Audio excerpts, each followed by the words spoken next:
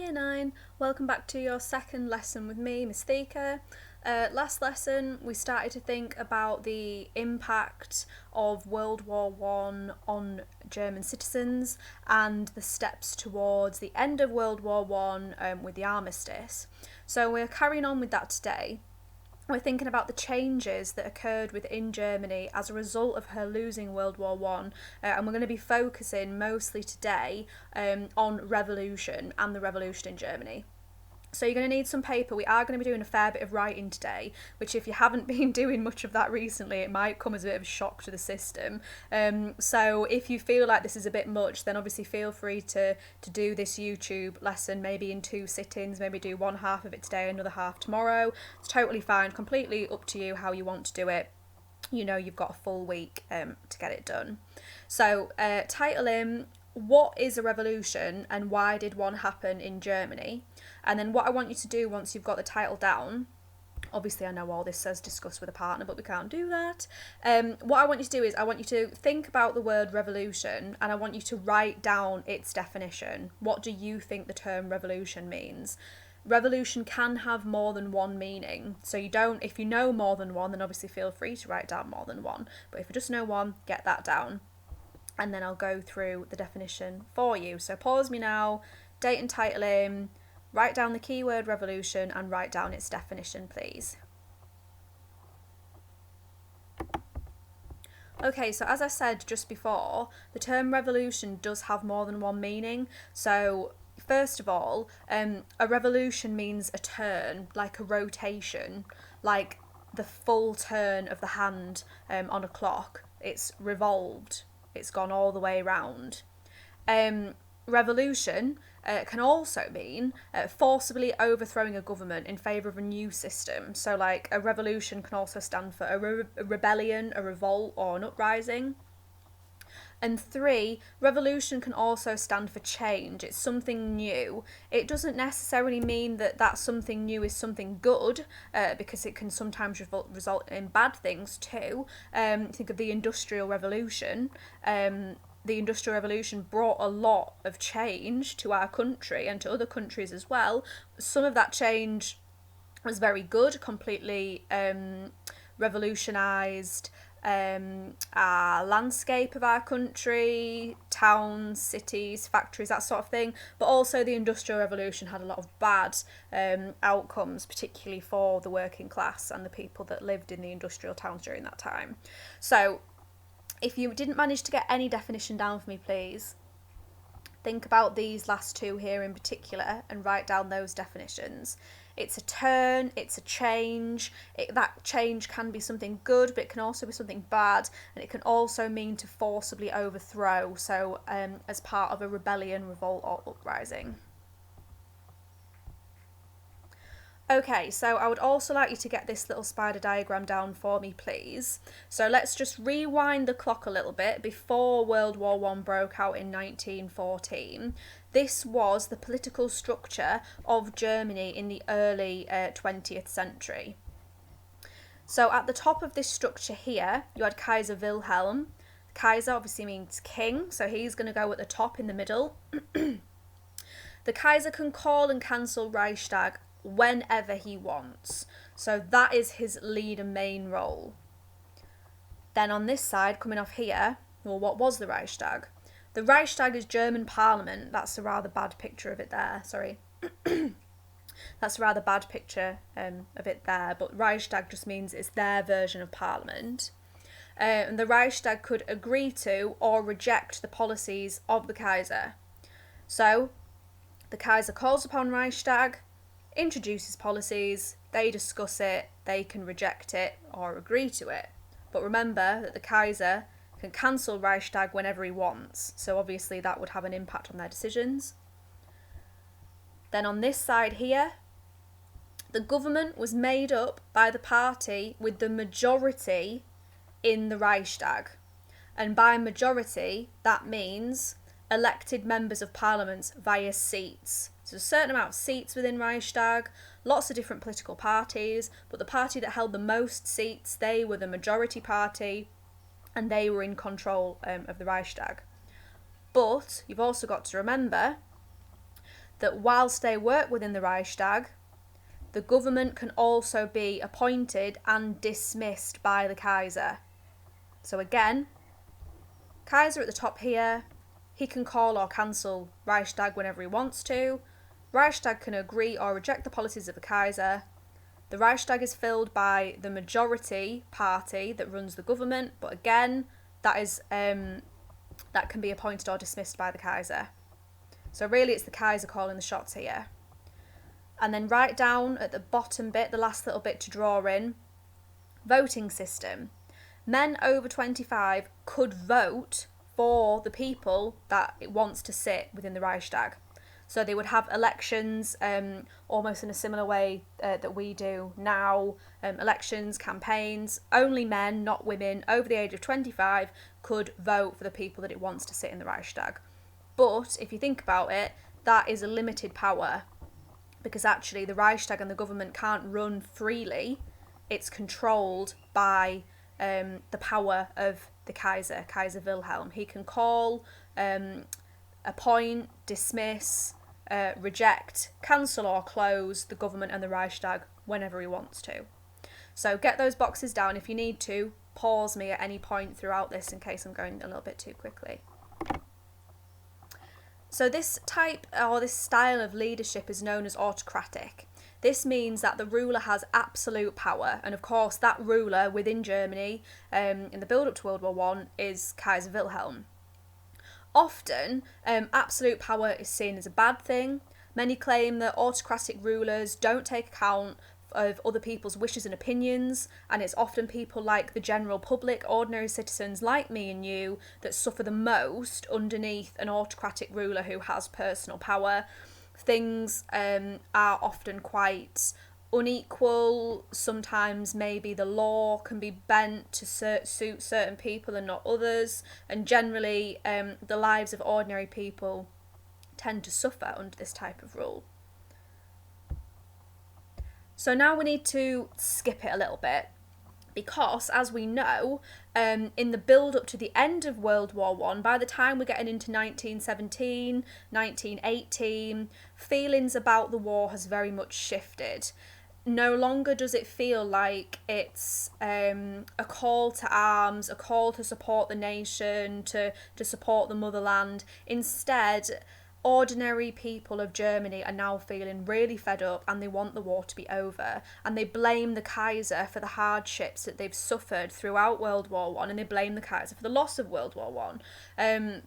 And they essentially, as we're going to look at in a second, revolt against him and call for his surrender and his abdication, which he does do later down the line. Once we see the Kaiser gone, and once we see the revolutions from above and below, which I'm going to talk about in a second, we start to see the birth of lots of different political parties within Germany, all scrambling for power, and they think that this is the perfect opportunity for them to gain power because Germany was in such a mess after World War I. So before I talk to you about the revolutions from above and below, I just wanted to give you a little bit of an overview in terms of these different parties. Otherwise, you're probably going to struggle over the next few lessons if I talk about the term communism and you don't really know what I'm on about. So how I would normally do this is I would normally print this out for you and we would annotate it together, but obviously I can't do that.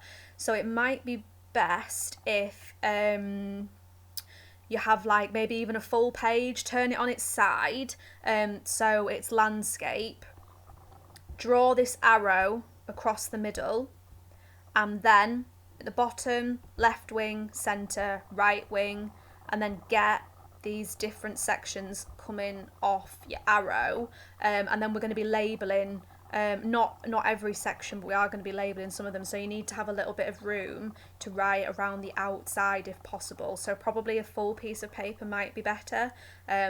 We've got other stuff to write down, so you can go back to the paper you were just writing on and use that if you've still got a little bit of space, but spread it all out so you've got room for your notes. So pause me now and just get these boxes down, and then I'll tell you what it is that I'm wanting you to write after.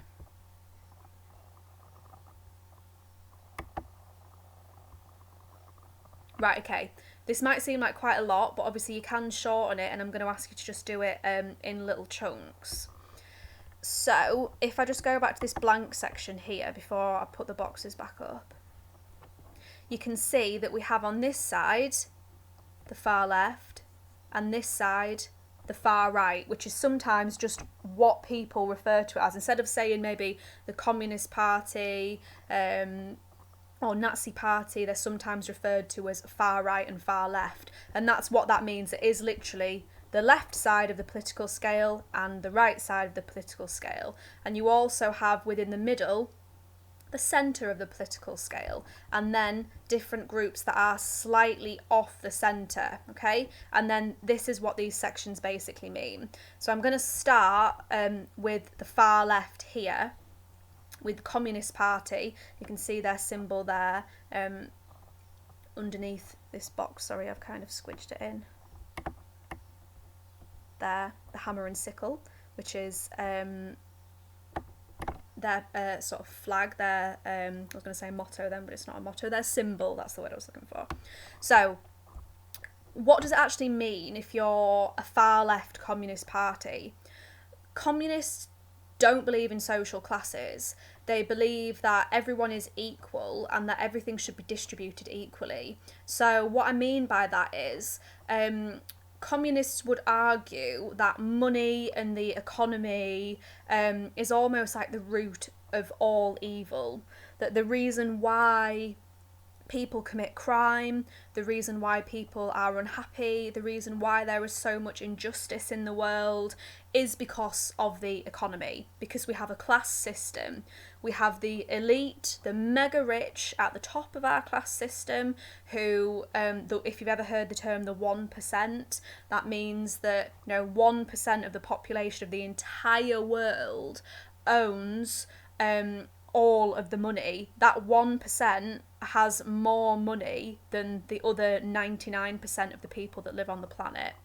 They are the elite, and with that money they control the economy, they control the banks, they have the factories and the industry, they employ people, keep wages low, means that we have to abide by their rules. It keeps them rich, it keeps us poor, and that's how the world runs. That's what a communist would argue. So they would suggest that in order to make the world fair, that actually we should do away with that. We shouldn't have an elitist system. We shouldn't have the super rich. In fact, we should all be equal. We should all be able to access the same goods, so that, for example, my next door neighbour's just got a really nice black Range Rover. It's literally on the drive right now, I can see it. And I'm really jealous of that. It's got like big blacked out windows, it's super shiny, it's so nice. So I look at that and I think, I'm jealous, I look at my car and that's not as good, it's not as nice. So underneath the communist society, that jealousy, that feeling of they've got something that I haven't, they've got more money than me, that's not very nice. Under a communist society, that wouldn't be a thing. We'd all have access to the same goods. So cars would essentially all be made the same, so you wouldn't have certain brands of cars that were really expensive or were considered to be like, oh, that's a nice car. You wouldn't have that. We would all be like driving the same cars, so that we wouldn't have that feeling of, sorry, I don't know what's going on with this box here, but it's not working. So we wouldn't have that feeling of jealousy or that feeling of equality. In addition, everything, as in politics and the country, would be controlled by us, the people, the working class, the ordinary people, not the elite.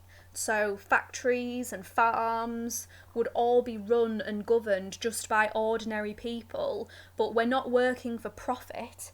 So if I owned a factory that made shoes, I wouldn't be sort of buying really cheap material and paying my workers super low wage so that I make a big profit. Instead, I would use the best materials because that's what's good for everybody else, and I would pay people a fair wage, so that the people that are making the shoes in my factory can actually afford to buy those shoes. Whereas a lot of people now that claim they work in certain factories, they feel like that's not fair, because a lot of the things that they make, like these people that make Louis Vuitton handbags and things like that, will never actually be able to afford to buy any of those things. So there'd be no such thing as poverty, no such thing as wealth. We would all be completely equal. I know that seems like a bit of an alien thing to say, and when I do this lesson in class, normally it takes me about half an hour to get past the first section because of so many questions that people ask me. It can feel a little bit of an odd thing to explain, because it's something that we've not ever lived through or experienced. But there are countries in the world that are, or have been, ran under a communist society. There are also a lot of examples of countries where it hasn't worked and communism has fell, but other groups would argue that the reason why true communism hasn't worked just yet is because no one's done it properly, and that actually if people were to follow the rules and do things properly, then true communism would actually make everyone a lot happier. So that's the far left. Within that as well, you can have communist dictatorship. So a dictator is someone who takes, again, like I said earlier, absolute control and runs the country in a very oppressive way, and quite under a grueling regime. Some people assume that dictatorship only falls on sort of the far right. Well, that's not true. You can have communist dictatorship as well, which is what we saw in Russia after the fall of Tsar Nicholas II, just before the end of World War One, with the Bolshevik uprising and then the rule of Stalin and so on later on into World War Two. So slightly more towards the middle then, we have socialism. So socialism is a step towards communism, but it's also close to the middle of the political scale as well.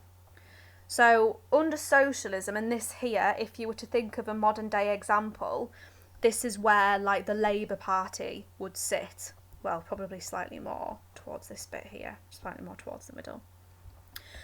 Socialist parties believe in equality. They're a step towards communism, but they aren't full communists. If you support a socialist political party, you support free healthcare like our NHS, you support the right to free education regardless of class. Socialist political parties also believe in high tax. So tax is a chunk of money that, well, not you, because you shouldn't be paying tax right now, but when you get a little bit older, like I do now, I get a wage from the school every month, and it's written on a piece of paper how much money I get, and then underneath that it has all of my tax reductions. So this much amount of money has been taken for this, and this much amount of money has been taken towards that.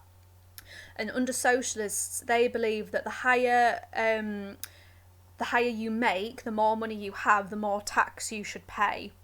So they believe in taxing the rich and then distributing those taxes to people in need. So things like our benefit system, people that can't work or can't find a job, they can go and get support from the council. That's funded through taxes.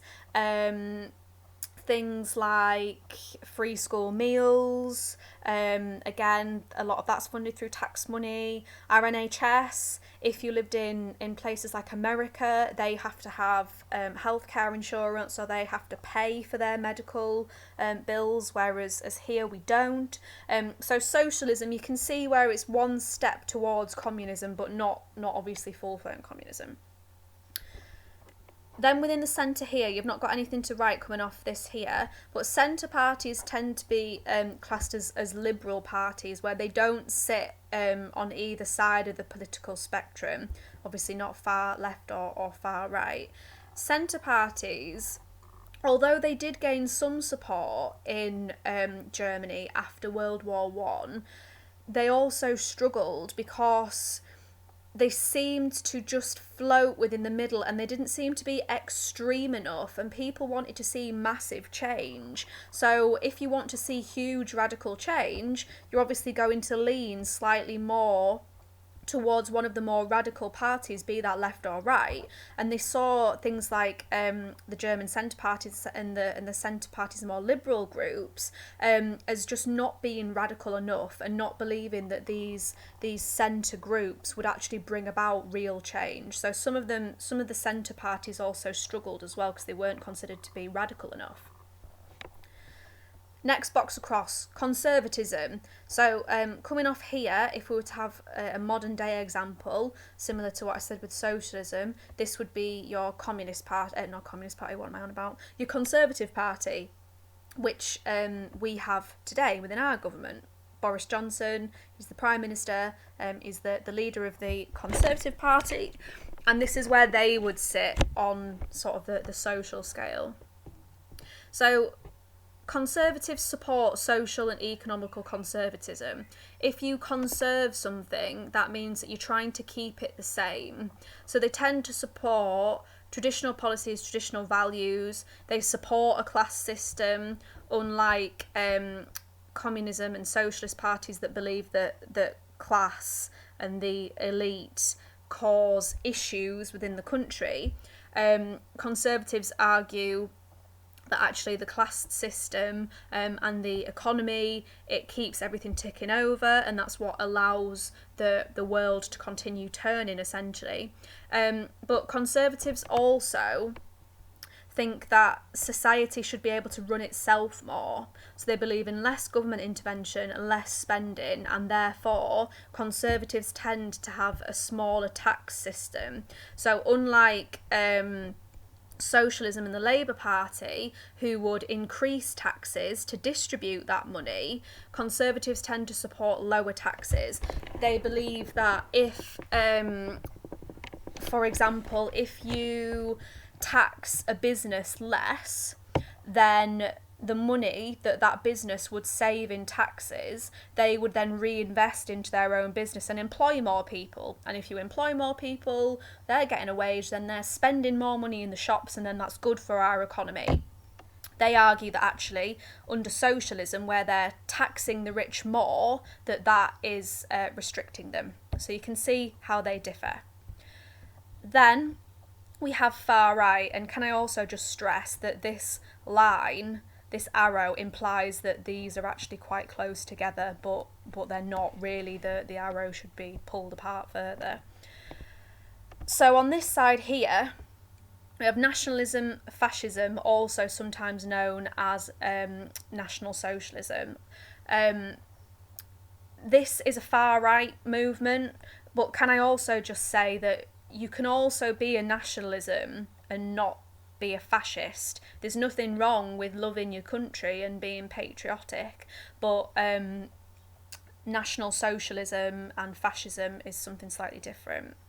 So far right, or where the Nazi Party would sit, this is extreme nationalism that does not believe in democracy. So extreme nationalism is the idea that your country is far greater, it's far superior than any other country, and that you have a right, because your country is great, to invade, take over, spread your ideas, be dominant, that sort of thing.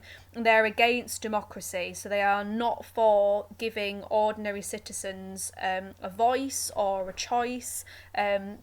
So voting and having campaigns and things like that are not part of National Socialism. It's also a belief in the rule of the elites, the desire to create a community in which individual interests would be subordinate to the good of the nation. So this bit here, a belief in the rule of elites, as we know with the Nazi Party, their elite was the Aryan race, these blonde-haired, blue-eyed, sort of Scandinavian, Nordic kind of people that are far more intelligent and racially pure than other racial groups, and they promoted their Aryan race and then oppressed anyone else that didn't fall within the Aryan race category, so that they could, over time, the Aryan race would grow and grow and grow, and then they would take over more living space for the Aryans via invasions of surrounding countries, and that over time the subordinate races, the undesirables, would start to decline and would start to die out. But also this bit here, it's the idea that individual interests are subordinate to the good of the nation, and this is where the concept of National Socialism comes in.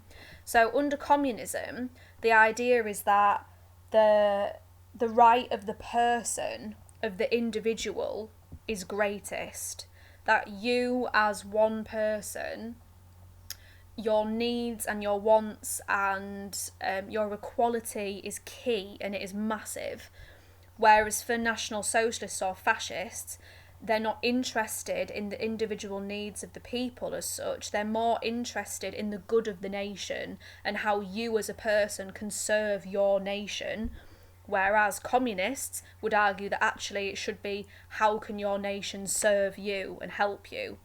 So you can see where all of these different parties sit now, and hopefully I've given you a bit of an overview as to how they differ. And again, you've got your little dictatorship arrow here. So we know that Hitler ran the Nazi Party, he was a fascist, and he was a dictator. So you can have dictators on both sides. If you're still writing that down, feel free to pause me. Okay, so how do those political parties and that political scale, how does that play a part in the changes that we saw in Germany after World War One? So I'd like you to write these two key terms down for me, please. First of all, we're going to be thinking about revolution from above. Revolution from above refers to major political and social changes that are imposed or brought in by the elite on the population that it dominates, e.g. the government bringing about changes that it will then enforce over the people of that nation. Whereas you can also have a revolution from below. A revolution from below refers to a grassroots campaign against elites, e.g. ordinary people like me and you starting a campaign to overthrow a government or a system. So a modern day example to support that of a revolution from below is the Black Lives Matter campaigns that I'm sure you'll have seen on the news or on the telly or on Facebook. That campaign has been started by just completely ordinary people that want their voices to be heard, and they've started a campaign which they are hoping will result in major change. So that, Black Lives Matter, is a revolution from below, whereas revolution from above would be major changes brought in by the government. So you can see how they differ. Right, okay, so what we're going to do on this next bit is there are 6 key stages to the German Revolution. As you can see, there's 1, 2, 3, 4, 5, 6. There's not that much writing to go with each of them. In some there's only 1 sentence, in another there's maybe 2 or 3. So what I want you to do is, I'm going to talk you through each stage and I would like you to write down the key stages and some information to go with that, and then maybe set them out in little separate boxes. So don't all kind of jam it all together. I want you to space them out so you can see how one event then leads on to the other, okay? So write as a little subheading, key stage 1 or just stage 1, revolution from above, creation of a parliamentary monarchy. And then this is the information to go underneath it. So the first thing we start to do is leading, I should say generals there. Leading generals recommend a civilian-based government and an armistice. This is going to be a key word that we're going to be talking about quite a lot over the next few slides. The armistice was the agreement of a ceasefire where all of the countries would stop fighting in World War One and they would put their guns down and the war would effectively be over. But an armistice would be a ceasefire on all terms, a ceasefire for all countries. So this is where it gets a little bit confusing later down the line, because even though all the countries agreed to an armistice, they still treated Germany as though she was a defeated country, even though she'd agreed to ceasefire just like everybody else had. 2. A new government led by Max Baden is formed based on Reichstag support using several different political parties. So that's the first stage of our revolution. Stage 1, revolution from above. Generals recommend an armistice. Max Baden forms a new government based on Reichstag support and several different parties. 2. So again, underneath, leave a little gap. Key stage 2, revolution from below, creation of a parliamentary republic. Sailors start to mutiny and unrest spreads. So, mutiny, if you are a sailor, that basically means that you are no longer following direct orders of your leaders and you are revolting. You are saying that you are not going to fight anymore, which is what we saw in the port of Kiel when German soldiers refused to fight the British soldiers within the Navy. They just gave up. They said they weren't going to do it. Max Baden steps down and hands position as Chancellor over to Ebert. Ebert, at this point, was the leader of the Socialist Party within Germany. So again, if you think back to that little scale that we were talking about earlier, Ebert is leaning slightly more towards the left. He's not radical left, but he's still a part of the Socialist Party. And 3, Kaiser Wilhelm flees and abdicates. A republic is formed. So because of this revolution from below here, and because of the unrest and the mutinying by ordinary people, the king is forced to step down. Abdicate means that he's stepped down from his role. He runs away to Holland, and a republic is formed. A republic is a country without a royal family. So now Germany is a republic. If I'm going too fast, you'll have to just pause me. Leave another gap. Key stage 3. Limited revolution, a deal with the army. The new leader, Ebert, plans to make a deal with the army in order to gain their support. In order to construct a new national government, this government needs to secure the support of the army, of which at this point, obviously, are armed due to the war, and that can potentially be dangerous. The Chancellor and Reichstag must have the support of the army in order to move this forward. Otherwise, the army could use their weaponry and their sheer numbers to overthrow any potential new leadership within Germany. Key stage 4, armistice. On the 11th of November 1918, the armistice is signed. So that is why on the 11th of November we celebrate Poppy Day, and that is Armistice Day. So that is when the countries of World War I decided to lay down their arms and agree to a ceasefire. So technically, Germany didn't lose World War I. She had agreed to an armistice along with the other countries of World War I, which is why later down the line, when we see the terms of the Treaty of Versailles, which I'll do in a separate lesson, a lot of Germans felt betrayed because they were confused. They didn't think they had lost the war, yet they were treated like a defeated country, and they were treated very harshly, and that has repercussions for Germany and the Allied countries later on. Key stage 5, revolution suppressed. So we start to see during this point here, now we've got a creation of a new republican country. The Kaiser is gone. Germany is on quite shaky grounds though, and we start to see different radical parties trying to forcibly gain control. The first one we see is in January 1919, when we see a communist uprising. So again, remember with the little scale we drew earlier, this is far left. Communist uprising by the Spartakists. It's suppressed by the socialist government. So the Spartakist uprising, again, we'll do that in a separate lesson, but this should be something that you'll have probably done in your homework booklets as well. Try to forcibly take control of the government. There is fighting in the streets, people are killed, but they are put down by Ebert, and the socialist government succeeds its first uprising. But number two, we see further uprisings and strikes also take place across Germany, but they are also suppressed by Ebert and the socialist government. But again, you can see that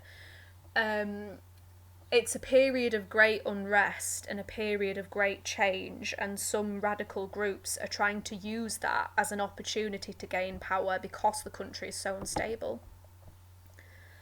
Finally, Key Stage 6, establishment of the new regime. February 1919, a new elected National Assembly meets to draw up a new constitution, and this is completed by August.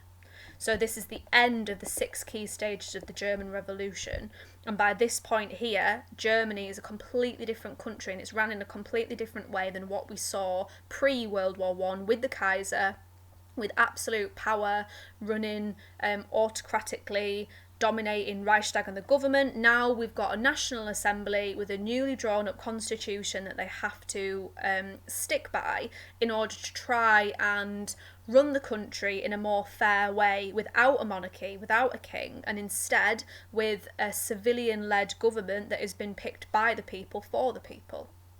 Well, that was the plan anyway. So, over a short period of time, the structure of power in Germany has changed drastically. But why did this happen so quickly, and what was the impact? So we've gone from this autocratic state, one person dominating over everybody else, to this, a democracy, more power to the people, more people can vote, more people can have a say in what goes on in the Reichstag and the government. So, why is that the case?